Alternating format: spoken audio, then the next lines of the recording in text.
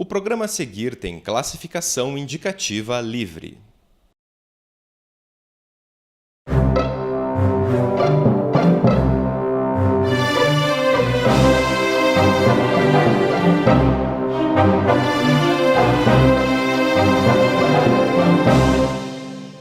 Nas aparências, o mundo é binário. Existiriam apenas homens e mulheres, mas a realidade é muito mais complexa no que diz respeito às identidades de gênero.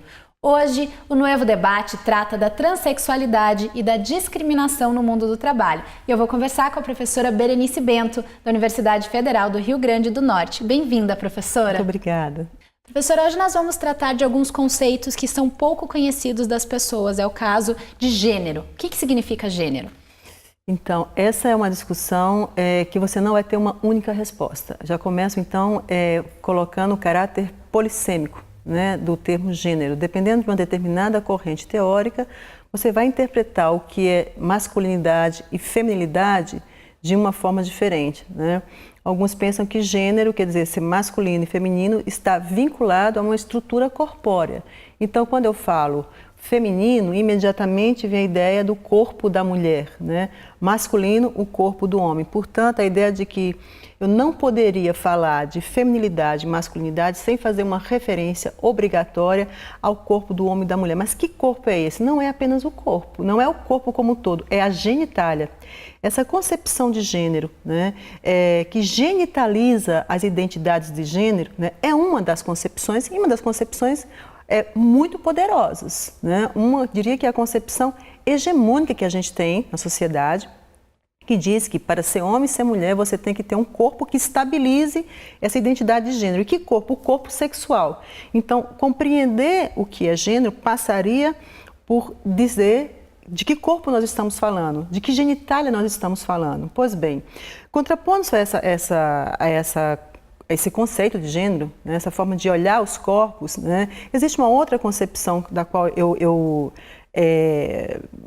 concordo, né, penso o mundo a partir dessa concepção, que diz o seguinte: não há uma essência, não há um corpo generificado, um corpo naturalmente de homem, um corpo de mulher.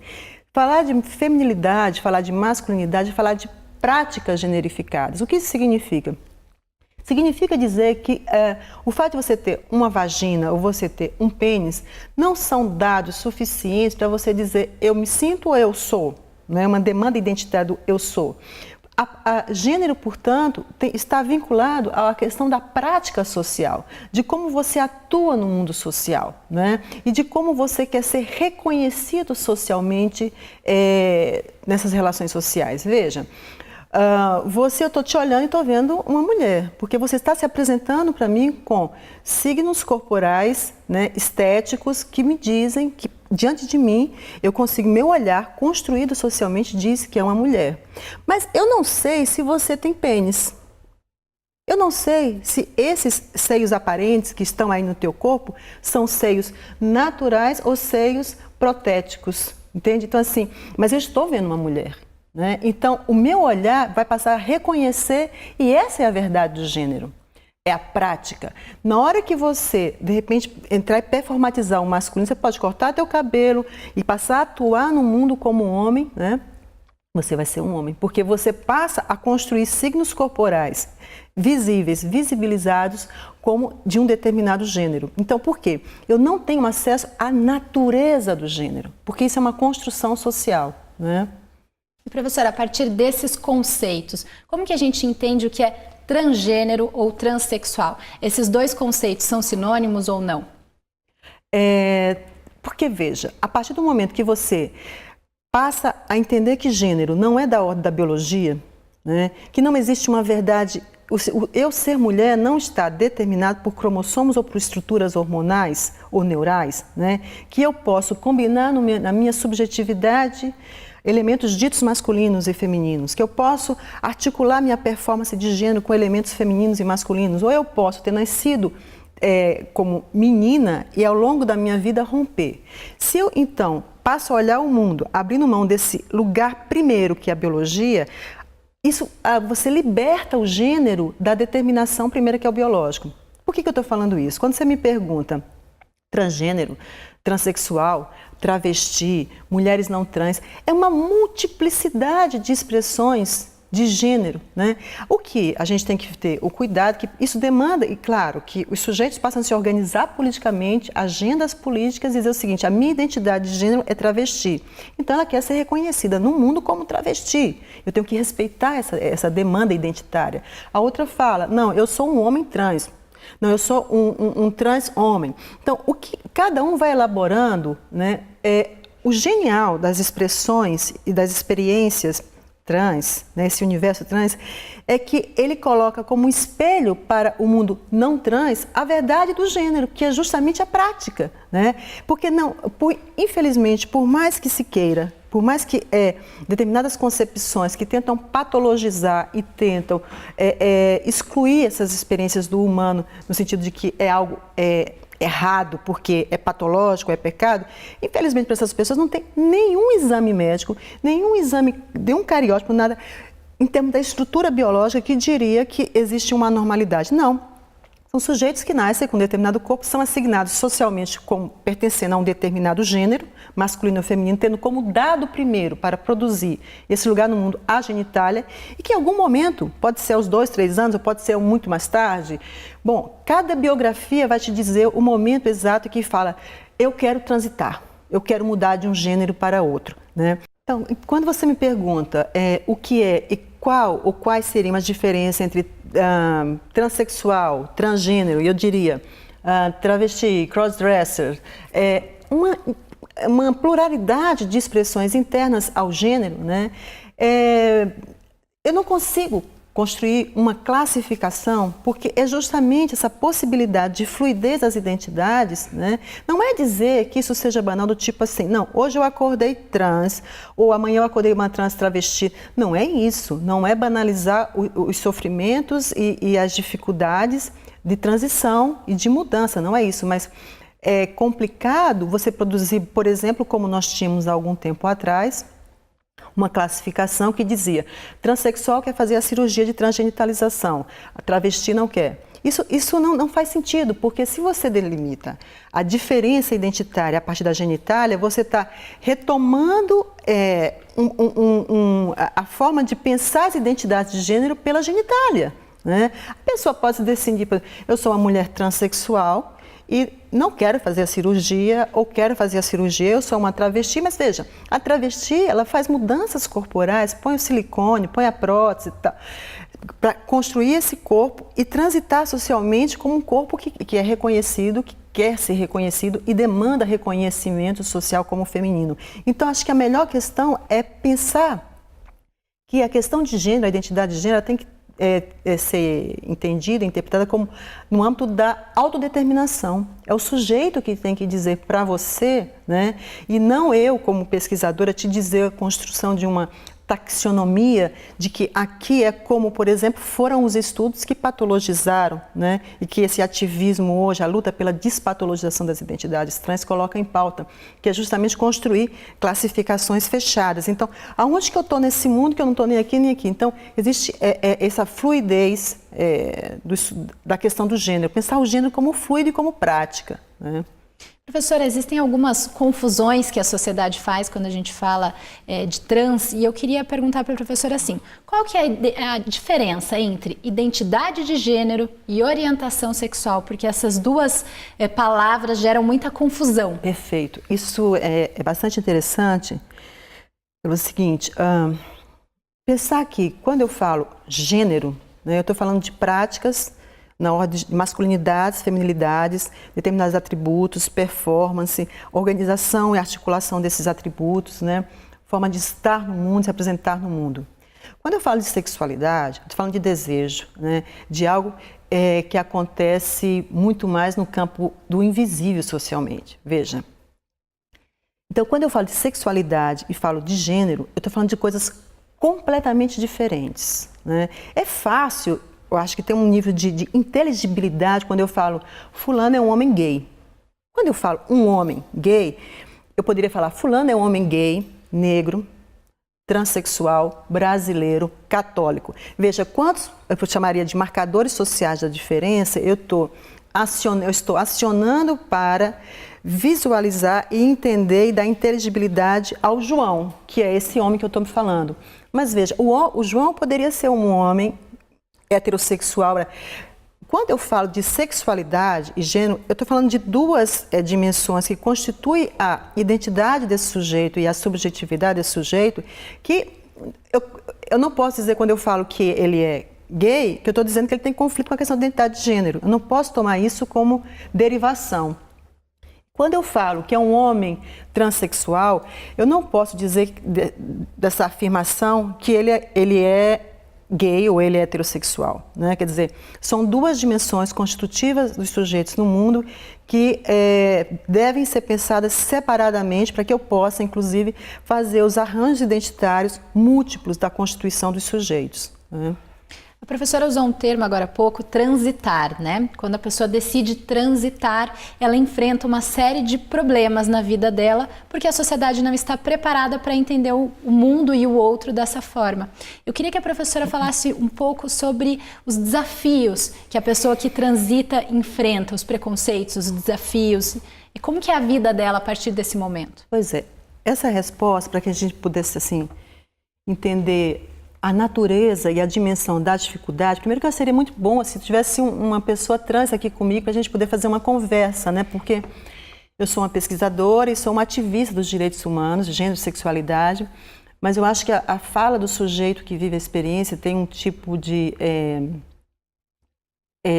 lugar, né? De lugar diferenciado, né? Mas eu queria articular essa resposta. A primeira questão, o que é gênero? Veja, quais são as... Aí pensar, isso tem a ver com a definição do que é gênero, com as dificuldades, tem tudo a ver.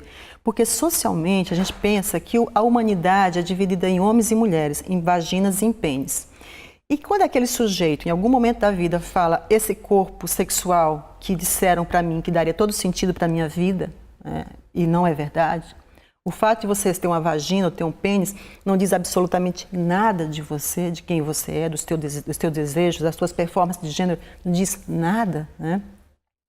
Quando essa sociedade constrói essa verdade, em algum momento você fala, não é verdade, e eu quero mudar desse lugar para esse outro lugar, quero reconhecimento, todas as portas vão se fechar, porque você vai tocar na ferida, você vai olhar, você vai enfiar o dedo na ferida assim, olha que mentira de humanidade nos estão nos pregando.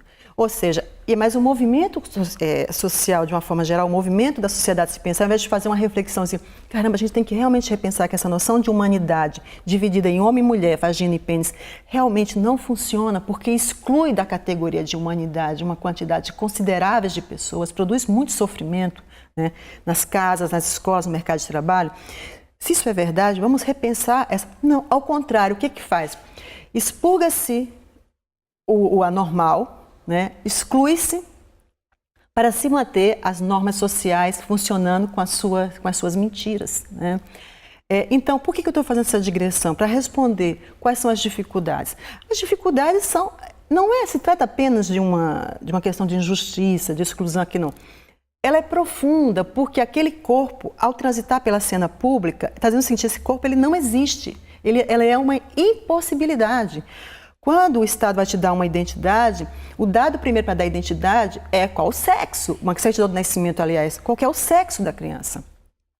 Aquela criança, então, ela cresce e vai o seguinte, bom, qual é o meu lugar no mundo? Eu quero ir ao banheiro, está masculino, qual é o meu lugar? Então, não tem lugar, né?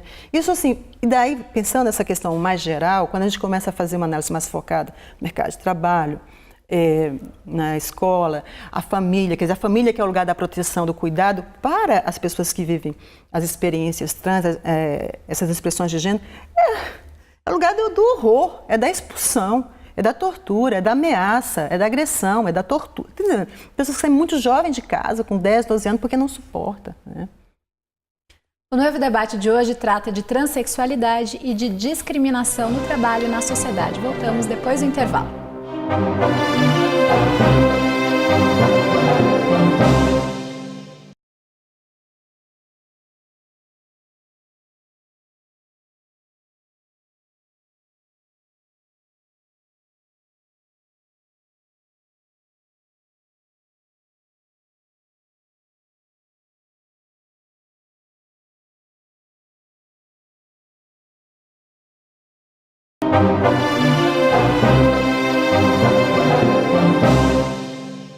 Hoje no Evo Debate fala sobre transexualidade e discriminação no trabalho com a professora da Universidade Federal do Rio Grande do Norte, Berenice Bento. Professora, no bloco anterior a gente começou a falar um pouco sobre as dificuldades enfrentadas pelas pessoas trans e eu queria falar agora dessas dificuldades no mercado de trabalho. O que acontece no mercado de trabalho que não acolhe essas pessoas?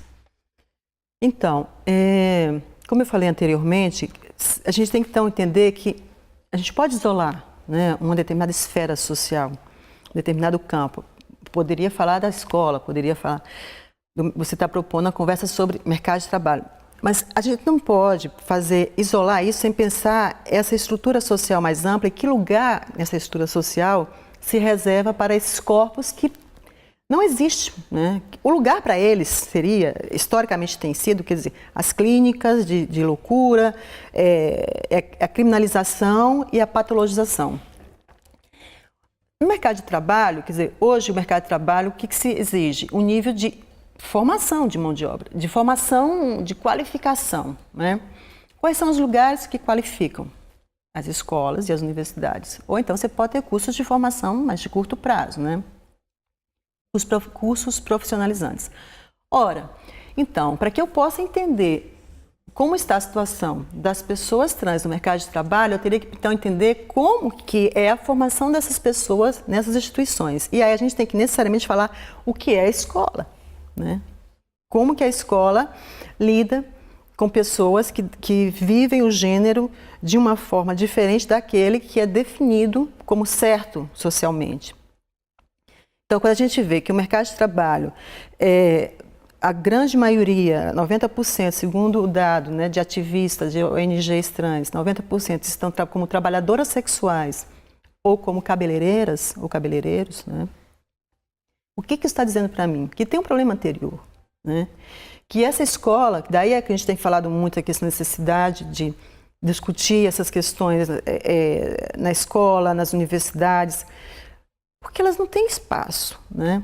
Quer dizer, são as histórias que se repetem. Vai para a escola, a professora vê as agressões entre colegas, não faz nada, a própria professora, que deveria ser o lugar ético, de saber lidar com as diferenças, não é só a diferença de gênero, as diferenças de sexualidade, as diferenças de raça e etnia, diferenças de uma pessoa usar um véu, não usar um véu, marcas religiosas no corpo, né? A escola não sabe fazer isso, né? A escola é um lugar de produção de hegemonias, né? Daquilo que é aceito socialmente, então ela entra nesse processo de reprodução, mas também é um lugar de disputa, né? Então, para que eu entenda que esse dado, quase 90%, da população trans está no trabalho sexual e trabalhos menos valorizados, eu tenho que fazer essa ponte, né? Então, mas para responder é isso, quer dizer, não existe espaço no mercado de trabalho para quem não tem formação, pelo menos para quem não seja alfabetizado ou semi-alfabetizado, não existe, quer dizer, você hoje vai fazer trabalhar como vendedora em um supermercado, te pede pelo menos ensino médio concluído, né? Ou empregos, sei lá, de secretária, formação completa, nível universitário. Não tem. Eu estou falando, pegando a questão da formação como um dado objetivo. Quer dizer, porque mesmo as pessoas trans que são altamente qualificadas não conseguem. Isso é importante que se diga, mas eu estou fazendo um link aqui com duas esferas sociais, o mercado de trabalho e a escola, para saber que eu não posso isolar essa discussão do mercado de trabalho dessa outra esfera, né, essa outra instituição que é a educação, a escola, né? A professora acaba de falar também sobre as pessoas trans altamente qualificadas, mas quando essas pessoas decidem justamente transitar, elas acabam perdendo todo o espaço que elas conquistaram nesse mercado, enquanto elas tinham uma identidade de gênero que a sociedade aceitava. Queria que a professora falasse um pouco sobre essa outra realidade. São múltiplas realidades. Tem pessoas, por exemplo, alunos que há algum tempo, hoje com a questão do nome social nas universidades, eu acho que tornou um ambiente um pouco mais confortável, né? Quer dizer, a pessoa não tem que ficar ali pedindo, implorando para o professor respeitar a identidade de gênero. Então, eu acho que a possibilidade que a médio e curto prazo nós tenhamos mais profissionais qualificados no mercado de trabalho trans seja maior, né? Juízes, médicos, sociólogos, psicólogos. Então isso é interessante. Mas antes, há, sei lá, 7 anos, o que acontecia? Eu conhecia muitos estudantes que eram conhecidos socialmente na universidade como gay muito feminino, né? Conversava, não, eu não vou mudar, não vou encarar esse desafio de transitar enquanto eu não estiver formada. Era uma estratégia, né? Era uma estratégia para poder ter o canudo e depois para o mercado de trabalho, e lá no mercado, vencida essa etapa da formação. Essa foi uma estratégia, eu acho que bastante utilizada, né? Com a questão do nome social, é possível, então, hoje você vê na universidade vários estudantes, pouquíssimos, mas começa a ter uma quantidade maior de pessoas que já entram na universidade performatizando o gênero com o qual se identifica, né? Isso eu acho que, subjetivamente, o meu efeito é o seguinte, de já estar no mundo público com esse gênero e lutando com os desafios com esse gênero. Quer dizer, não tem um nome social, tem um nome social na universidade, mas não tem na justiça, depois tem um outro processo na justiça que é bastante complicado, né, para mudar os documentos. Essa é uma situação, né? Eu acho que em todos os casos, tanto no caso do jovem, né, ou da jovem, que entra na universidade e aí já entra com o gênero com o qual se identifica, ou que faz a estratégia de performatizar, não fazer essa ruptura, né? De um jeito ou de outro, quando vai para o mercado de trabalho, né, ok, vai com uma qualificação, uma porta foi aberta, passou por essa porta, que todos têm que passar. Mas quando chega na hora, tem lá um anúncio, né? Precisa-se de secretária bilíngue para trabalhar numa multinacional. Eu sou trans, vamos lá. Falo fluentemente português, francês, inglês, sou tradutora como uma amiga minha trans. Maravilhosa. Chega lá e chega uma mulher, né? E quando dá os documentos, tem o nome masculino, essa empresa não chama. Entende? Não chama porque não chama porque não tem espaço para ela naquela empresa. Né? Aquela empresa não sabe onde colocar. É um problema para ela, né? Então, nesse sentido, tem iniciativas interessantes, que a gente podia falar um pouco depois em São Paulo, pequenas iniciativas, mas as dificuldades, assim, você consegue ter a formação, mas chega no mercado de trabalho, esse mercado de trabalho também, que é atravessado por uma determinada concepção de gênero, também não abre as portas, né? A professora falou sobre algumas políticas que tornam a vida trans um pouco menos difícil, como, por exemplo, é o caso do nome social. Uhum. Mas a gente sabe também que no nosso Congresso a gente tem a atuação de uma bancada bastante forte e grande, apelidada de Bancada da Bíblia, que procura frear justamente esse tipo de iniciativa. Como que a professora percebe a ação política desses grupos religiosos que, em vez de tornar essa vida mais simples, essa inclusão mais fácil, na verdade elas tornam todo esse processo muito mais difícil, muito mais custoso? Então,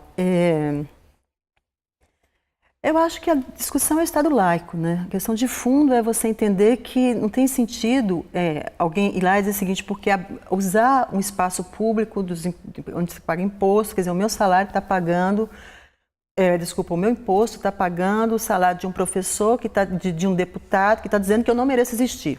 Né? Vamos pensar, uma pessoa trans, aí de repente está lá pagando, e ele vai na tribuna e fala o seguinte, porque isso não é coisa de Deus. Eu acho o seguinte, quer dizer, esse discurso que ele está fazendo, se ele quer fazer no espaço privado dele, ou no espaço confessional, né, é correto. Agora, no espaço público, é a Constituição que tem que prevalecer. Então, assim, isso em todos os sentidos, né?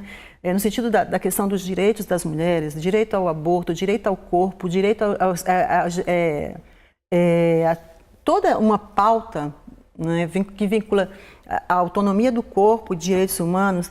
Quer dizer, não se discute com a questão da ciência, discute com a Bíblia, né? Sim, mas isso é um texto, né, com todo o respeito, mas você tem as religiões afrodescendentes, você tem uma multiplicidade de interpretação da relação entre o divino, né, e o humano. Quer dizer, o que faz com que se queira dizer que aquele jeito de interpretar o mundo, e aí o mundo no sentido, pensando em gênero, sexualidade, é o correto, e queira impor a mim, né, que vivo, teoricamente, um Estado laico, que eu, inclusive, como professora, como tem alguns projetos de lei que defende, que eu não posso discutir gênero em sala de aula. Por favor, o que eu faço com os meus estudantes? O que eu faço com as demandas? Essa questão está todos os dias na sociedade brasileira, né? Estudantes que chegam e falam assim, professora, poderia me chamar de tal, mesmo antes de entrar lá na pauta, porque na minha universidade já tem nome social, como eu falei anteriormente,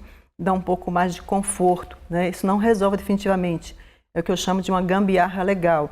Mas é uma gambiarra legal que tem uma importância, porque a gente não tem esperança a gente não vai conseguir aprovar, eu acho, a minha avaliação, um projeto de respeito à identidade de gênero, como existe na Argentina, né? E que a gente está lutando, que chama, além no Brasil, é um projeto de lei do deputado João Willis e da Érica Cocai, chamado Projeto de Lei João Nery, né?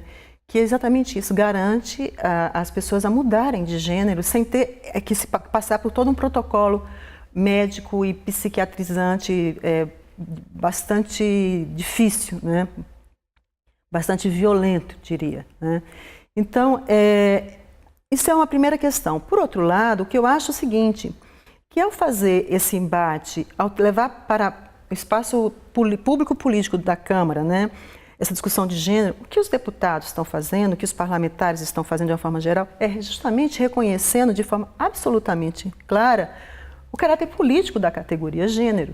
Né? Quer dizer, eles estão indo colocando assim, nós estamos disputando uma concepção de gênero. Exatamente. Né? A concepção de gênero que é defendida ali, que diz que homem de verdade é o que tem pênis e mulher de verdade é o que tem vagina, e que só pode existir espaço no mundo para esses corpos com esse tipo de coerência, né? O que eles estão fazendo, dizendo o seguinte, neste nosso mundo, vocês não... Mas não só as pessoas trans, tem que ter um tipo assim, as feministas, as lésbicas, uma quantidade incrível. Nesse mundinho, né, quem vai habitar esse mundinho idealizado? Quem vai estar nesse mundo organizado? É um mundo, então, um mundo feio. É um mundo muito feio, porque não é um mundo da diversidade, do respeito. É um mundo que prega a violência, a agressão, a tortura. Esse mundo que a gente já vê, que a gente assiste todos os dias, que a gente está tentando transformar, né? A professora falou sobre alguns projetos interessantes que existem. Para finalizar, eu queria que a professora desse algum exemplo de alguma empresa ou de algum projeto bacana que mude um pouco essa relação violenta. Então, nós temos um trabalho feito em São Paulo, que eu acho bastante interessante, né? Até trouxe aqui o endereço para as pessoas aqui do Paraná se inspirarem, que é o Transemprego, né? Que são empresas que oferecem... Aí você é engraçado, você entra lá e vê o tipo de emprego que é oferecido para você ver a questão da formação. Geralmente são empregos importantíssimos, né? Mas assim, faxineira, serviço geral, cabeleireira, entende? Quer dizer, mas ótimo, quer dizer, é uma página com iniciativa de ativistas trans que fazem conversas com empresas e ali fazem anúncios para pessoas trans, chama Transemprego, é o nome da página, né? Tem uma outra iniciativa que chama Transserviços, também de ativistas trans, né? Que a pessoa anuncia o seu serviço lá, né? Mas veja que nós estamos falando de um Brasil que é um Brasil continental, né? Isso em termos de política de inclusão no mercado de trabalho é importante porque a gente pode falar que existe, né?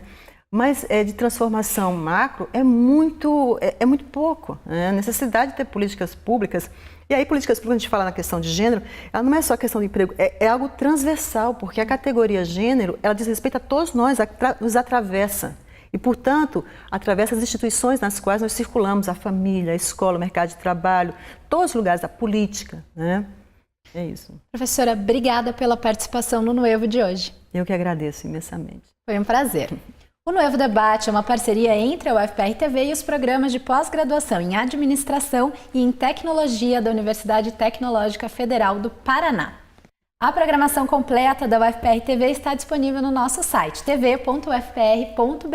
E se você gosta de conteúdo educativo, cultural e de ter informações sobre assuntos atuais de forma profunda e contextualizada, curta a nossa TV no Facebook e assine o nosso canal do YouTube. Obrigada pela audiência e até a próxima!